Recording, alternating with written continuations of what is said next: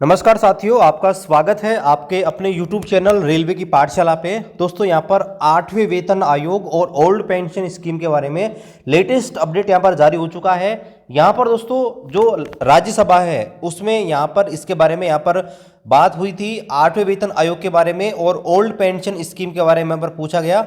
और दोनों ही जो मंत्रालय है यानी कि आपका जो पेंशन मंत्रालय और आपका जो वित्त मंत्रालय है, दोनों ने दोस्तों यहाँ पर चौंकाने वाले जवाब यहाँ पर दिए हैं। तो चलिए पूरा मुद्दा यहाँ पर देखते हैं और आपको बताते हैं कि क्या कुछ हो सकता है 8वें वेतन आयोग में और ओल्ड पेंशन स्कीम के बारे में। यहाँ पर पहले हम जो है ओल्ड पेंशन स्कीम का मुद्दा है, इसको हम देख लेते हैं। तो यहाँ पर आप देखेंगे तो ये मिनिस्ट्री ऑफ रेलवे की तरफ से यहाँ पर पूछा गया था। आप देखेंगे लोकसभा के अंदर आज का ही है, 7 तारीख को रिप्लाई दिया गया। स्टार्ट क्वेश्चन है, question number 73, restoration of old pension scheme. यहाँ पर जो पुरानी पेंशन व्यवस्था है उसको रिस्टोर करने के लिए यहाँ पर ये पूछा गया था।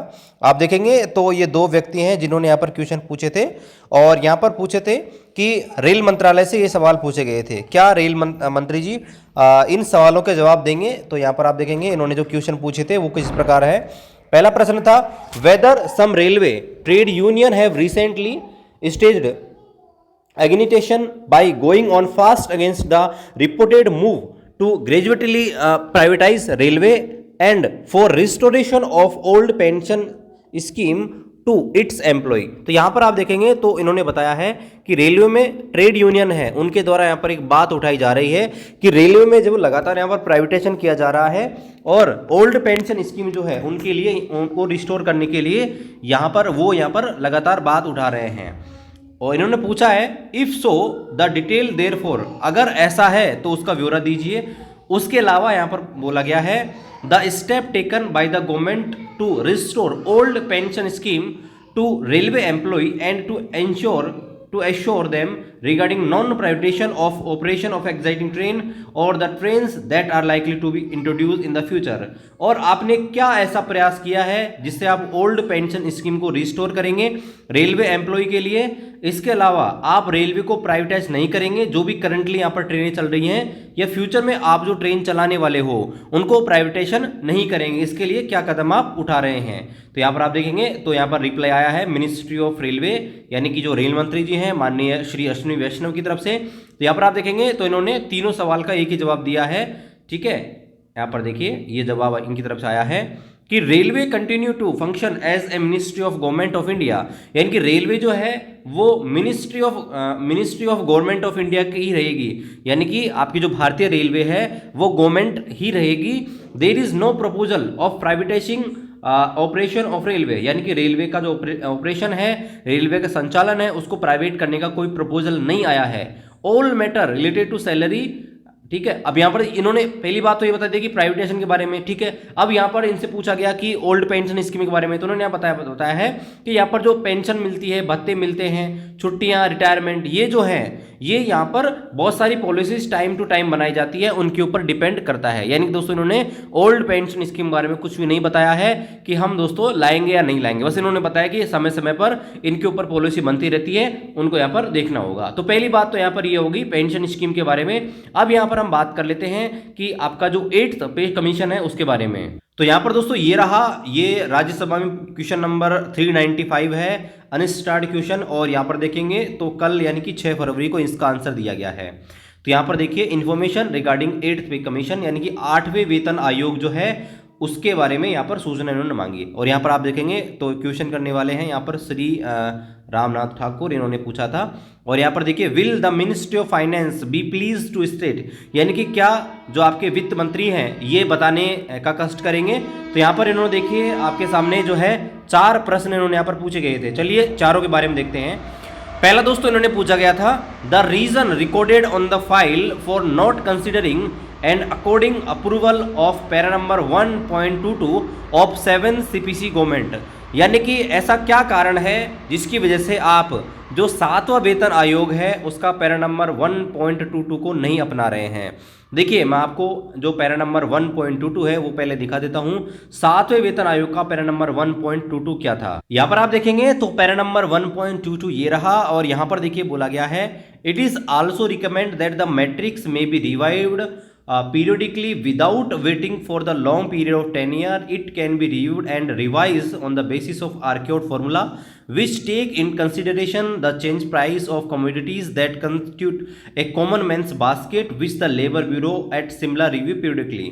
यहाँ पर देखिए बताया गया है कि जैसा कि आपको पता होगा कि वेतन आयोग का गठन होता है हर 10 साल में होता है।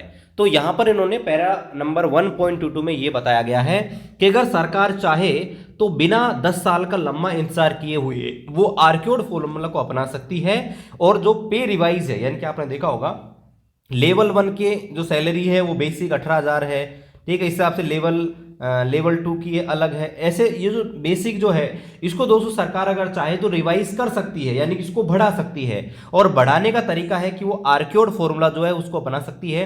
आर्क्योड फॉर्मूला क्या होता है? आर्क्योड फॉर्मूला दिया गया था कि जो भी हम कमोडिटी यानी कि जो हम सब्जी है या तेल आटा जो भी हम डेली कंजप्शन करते हैं उनकी प्राइस जिस हिसाब से बढ़ रही है उस हिसाब से आप जो रिवाइज कर सकते हैं, और ये डाटा जो जारी करता है लेबर ब्यूरो शिमला यहाँ पर जारी करता है, ठीक है, उसको आप दोस्तों यहाँ पर देख सकते हैं।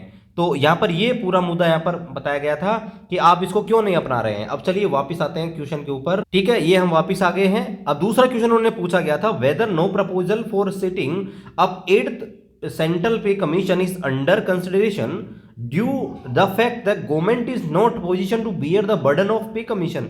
क्या ऐसा है कि आप 8वां वेतन आयोग नहीं लेकर आ रहे हो? क्या इसका ये कारण है कि गवर्नमेंट जो है इस पैसे को मैनेज नहीं कर पा रही है, गवर्नमेंट के पास इतना पैसा नहीं है कि वो 8वां वेतन आयोग नहीं ला रही है?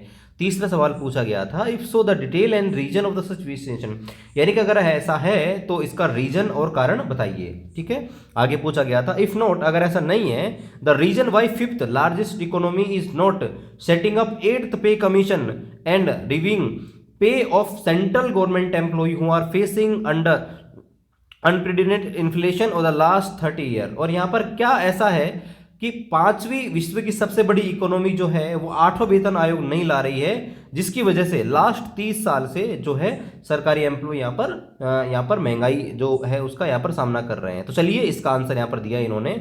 यहाँ पर देखिए इन्होंने बोला गया है, सबका सवाल 2 ही जवाब दिए हैं। पहला जवाब इन्होंने दिया है कि हमने जो पैरा नंबर 1.22 है जिसमें आर्क्योड फॉर्मूला को अपनाने की बात हो रही है, इन्होंने यहाँ पर बोला है the issue has not been consider by the union cabinet while according the approval of the revision of pay and allowances based on 7th CPC।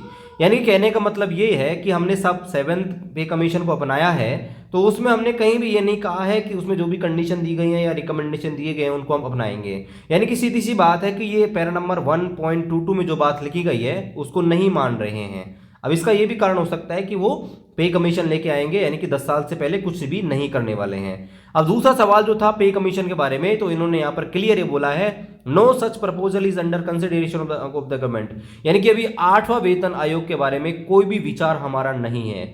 यानी कि इन्होंने ये नहीं बताया कि लाएंगे या नहीं लाएंगे, लेकिन करंट जो पोजीशन है वो ये है कि करंटली हम 8वें वेतन आयोग के बारे में अभी कोई भी चर्चा नहीं कर रहे हैं। तो कहीं ना कहीं ये जो है न्यूज़ जो सेंट्रल गवर्नमेंट एम्प्लॉय हैं उनको यहाँ पर झटका दे सकती है, ठीक है। यानी कि मैंने आपको पूरा मैटर बता दिया है ओल्ड पेंशन स्कीम के बारे में भी और 8वें वेतन आयोग के बारे में भी कि क्या रिसेंटली अपडेट है। फ्यूचर में कोई भी अपडेट आता है उसका अपडेट आपको हमारे यूट्यूब चैनल में मिल जाएगा। यूट्यूब चैनल को सब्सक्राइब कीजिए, वीडियो को शेयर कीजिए। मिलते हैं अगले वीडियो में, तब तक जय हिंद, वंदे मातरम।